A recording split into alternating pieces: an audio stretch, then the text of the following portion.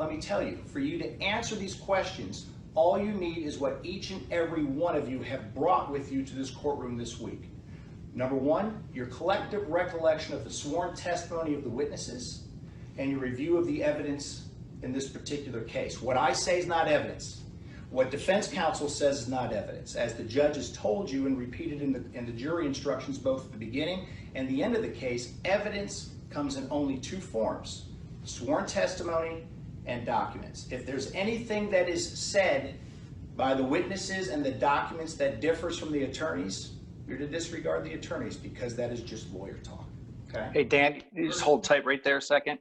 So typically, I don't like to necessarily say, don't trust me, don't listen to what I have to say, like I just did there. In this case, and just by way of an example, and one of the things I like to do a lot in jury selection, when there's a situation such as this where they say, he must have been hurting. Even though he didn't go to the doctor, he must have been hurting because he had evidence of pre-existing condition, or he must not have stopped, because if he did stop at the intersection, he would clearly saw our client coming through. When the defense attorney tries to have folks speculate and fill in the gaps, and I see that, and you know that's what's going to happen in this particular case, I start hitting it off at jury selection, where I get the jurors to understand that in the courtroom and the way our justice system works is they may not find out all the information. In fact, they may have certain questions that they're going to ask during the course of trial, and the judge is not going to answer it. Like, for instance, does the person have insurance and things of that nature? Moreover, they're not allowed to speculate. So I always use the analogy of the ingredients in the bowl. And I ask people, I'm like, you know, when you're in your everyday life and you're trying to solve things, you try to speculate and fill in the gaps and think about different possibilities. Can all of you suspend that? Can you leave that outside? Because in here, you're only allowed to look at the ingredients in the bowl. If it's not an ingredient in the bowl, you can't consider it. You can't go back when you deliberate and start talking about what happened to your friends or your neighbors, or you can't sit there and go, well, could have, would have, should have, this potentially have happened. That's another ingredient in the bowl. In this particular case, defense counsel was having them speculate a whole bunch. And so that's why, in that regard, I was saying, hey, if it's not coming out of the witness's mouth, it's not in the documents, it's just lawyer talk. And I have to throw myself under the bus with that, as well. So as you can see, what you're being asked to do is serve as appraisers. Appraise what injury, loss, or damage was caused to Mr. Smith as a result of the carelessness of the defendant. And I would suggest to you, your role is not unlike what the role of appraisers do when a house sustains a hurricane damage. You take the evidence of what the house looked like before the storm. So you have the house that maybe doesn't have brand new shingles, but the shingles are in good working order, there's no leaks. You have a fence that may not be perfectly painted, but it's certainly standing upright and it's containing the yard. And then you have a beautiful tree in the front yard. Then the hurricane occurs, and then you come afterwards, when you're allowed to come back in after evacuation, and you look at the difference. And all of a sudden now you see there's a big hole in the roof. We have a branch that's laying on top of the garage, and the fence is down. And you can compare the evidence of the house before to the house of the after to see what the storm caused. I would suggest to you that's exactly what you will be doing in this case. First you have the issue of past felony convictions, and there are just some folks, and probably in every jurisdiction, but we see it in Florida too, that if somebody is a convicted felon, they don't believe they should even have the right to seek any relief in court, no matter what the circumstances are. They think that's part of losing, their civil. Their right to carry a gun, their right to vote, and their right to access the court. So we have to kind of hit it that way. And the way I do it is I'll ask the whole panel, does anybody have a loved one or a close family friend that has broken the law, made a mistake, and has been convicted of a crime? And then I get the folks to kind of raise their hand. Then I go through with them. Was it a felony conviction? Did they have to do any jail time? Then I'll say, did they pay their debt to society? And some of them are yes, and some of them they still are paying their debt to society. And I say, all right, but do you still love them, or because they made the mistake, do you all of a sudden dislike them, hate them, don't want to have anything to do with them? Oh no, I still love them.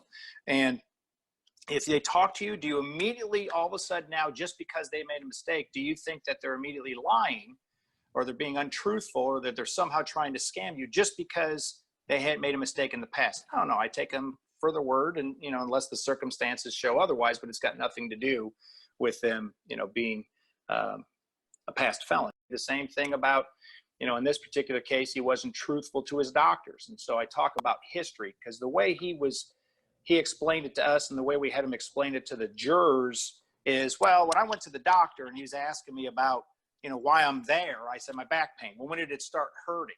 Well, I'm not telling them that I heard it, the playground 7 years earlier or at work 4 years earlier. It started hurting when I got hit in this car, this collision. And so I just put that down. He doesn't need to know about everything in my past, right? So I talk to the jurors a little bit. I say, well, when you go to the doctor and maybe you've got something that's bothering your eye, do you tell the doctors about every other issue you've ever had in your entire life, or just really the reason why you're there? And then I kind of drill it down even more. If you had sprained your ankle a long time ago, 10 years ago, and then you broke your ankle when you fell down the stairs, are you telling them about the sprain that occurred 8 years ago? Or just, and again, just try to encourage folks to be honest about it. And those that say, well, look, I think he's hiding something, if he's not talking about things, even if it's ancient history, and I just won't believe him, great, we get him stricken for cause. So I try to get out in front of all those friction points in voir dire, along with the other things, people's feelings against pain and suffering type damages and personal injury lawsuits. Right. No, ambulance chasers and all that stuff. The big bruises. Our laws don't just protect those people that somehow have lived in a bubble and have never had any life experiences and have been immune from time and gravity. No, our laws apply to everyone. Tall, short, skinny, not so skinny, black, white, those that have had some prior conditions and have been lucky enough to be exposed to time and gravity and have had some age-related changes, and those that don't. And the judge told you the law. And you got these packets, and if you turn to page 5 of your packet, you will see what it says. It says, if you find that defendant's negligence resulted in an aggravation of an existing disease or physical defect or condition in John Smith, you should attempt to decide what portion of John Smith's condition resulted from the aggravation.